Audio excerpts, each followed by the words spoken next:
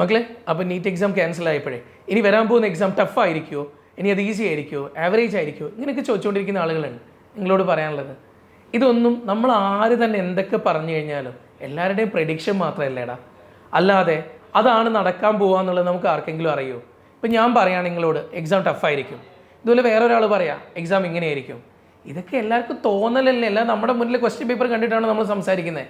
പക്ഷേ ഒരു കാര്യമുണ്ട്, 2016 സംഭവിച്ച പോലെയാണെങ്കിൽ അന്ന് ഇതേപോലെ തന്നെ ഒരു മാൽ പ്രാക്ടീസ് നടന്നപ്പോൾ എക്സാം നല്ല ടഫായിട്ടാണ് വന്നത്. 2024 ക്വസ്റ്റ്യൻ പേപ്പർ ചോർച്ച ഉണ്ടായി എന്ന് പറഞ്ഞപ്പോൾ 2025 പേപ്പർ നല്ല ടഫായി. ആ വർഷം നമ്മുടെ JP സർ 7ാമത്തെ റാങ്ക് വാങ്ങിച്ചത്. ആദ്യത്തെ 10ൽ 8 റാങ്കുകൾ വലിയൊരു ഇൻസ്റ്റിറ്റ്യൂട്ട് കൊണ്ടുപോയപ്പോൾ അതിലൊരു റാങ്ക് നമ്മുടെ ഇൻസ്റ്റിറ്റ്യൂട്ടിന്, ഈ കുഞ്ഞു ഇൻസ്റ്റിറ്റ്യൂട്ടിന് 200 പേരിൽ നിന്ന്, 10,000 കുട്ടികളിൽ നിന്നല്ല, 1000 കുട്ടികളിൽ നിന്നല്ല, ഒരു 200 പേരിൽ നിന്ന് ഇത്രയും നല്ല റിസൾട്ടുകൾ JP ഉണ്ടായിക്കൊണ്ടിരിക്കുക. ആദ്യത്തെ 100ൽ 4 റാങ്കുകൾ JP. ഈ വർഷം ആദ്യത്തെ 100ൽ 5 റാങ്കുകൾ JP ആവുമായിരുന്നു, ഉറപ്പായിട്ടും ആവുമായിരുന്നു. പക്ഷെ അത് പോയി. അപ്പോൾ എനിക്ക് നിങ്ങളോട് പറയാനുള്ളത്, എക്സാം ഈസി ആവോ ടഫോ എന്നുള്ള ഓരോരാളുടെ കോണിലുള്ള കാഴ്ചപ്പാട് മാത്രമാണ്. പക്ഷെ എന്നാലും നമുക്ക് എക്സ്പെക്ട് ചെയ്യുക, ഇങ്ങനെ ഒരു ചോർച്ച ഉണ്ടായ സ്ഥിതിക്ക്, ഇതുപോലെ ക്വസ്റ്റ്യൻ പേപ്പർ ലീക്ക് ഉണ്ടായ സ്ഥിതിക്ക് ഇനി ഒരു എക്സാം വരികയാണെങ്കിൽ അത് ഈ കഴിഞ്ഞ എക്സാം അത്യാവശ്യം നല്ല ഈസി ആയിരുന്നു. അതുപോലെ ഒരു എക്സാം എന്തായാലും എക്സ്പെക്ട് ചെയ്ത് പഠിക്കേണ്ട.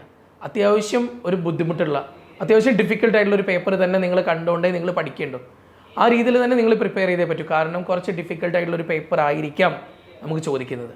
ഇത് എൻ്റെ ഒരു സജഷൻസ് മാത്രമാണ്. ഇതുപോലെ ഓരോ ആളും ഓരോന്നും പറയും. നമ്മൾ ഓൾറെഡി ഉണ്ടാക്കി വെച്ച പേപ്പറുകളിൽ തന്നെ NTA എക്സാമിന് വേണ്ടിയിട്ട് 2-3 സെറ്റ് പേപ്പേഴ്സ് ഉണ്ടാക്കി വെക്കില്ല. അതിലൊരു പേപ്പർ ആയിരിക്കില്ല നടന്നുണ്ടാവുക.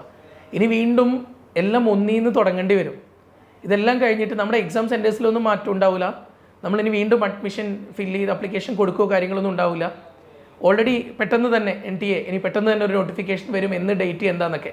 നിങ്ങൾക്ക് പഠിക്കാനുള്ള സമയമൊക്കെ കിട്ടും, ടെൻഷൻ ആവുമെന്ന് വേണ്ട. നല്ല കുട്ടികളായിട്ട് പഠിക്കാൻ നോക്കുക. എക്സാമിൻ്റെ ഡേറ്റ് പ്രോപ്പറായിട്ട് അനൗൺസ് ചെയ്ത് കഴിഞ്ഞാൽ ഒരു പ്രോപ്പർ പ്ലാൻ ഞാൻ നിങ്ങൾക്ക് തരാം. അതുപോലെ തന്നെ എനിക്ക് നിങ്ങളോട് പറയാനുള്ളത്, എക്സാം ടഫ് ആവുമോ എന്ന് അന്വേഷിച്ചുകൊണ്ട് പല ചാനൽസിൻ്റെയും പിന്നാലെ ഓടിപ്പോയി നോക്കാതെ, ഞാൻ അതുകൊണ്ട് തന്നെ അങ്ങനെ തമിഴിൽ ഇട്ടേക്കുന്നത്. കാരണം ഇതിങ്ങനെ സെർച്ച് ചെയ്തുകൊണ്ടിരിക്കുകയാണ് ഈ സമയത്ത്. ഇരുന്ന് പഠിക്കാൻ നോക്ക് മക്കളെ. പഠിച്ചിട്ട് എവിടെയെങ്കിലും കയറാൻ നോക്ക്, റിസൾട്ട് ആക്കാൻ നോക്ക്. ഓക്കെ.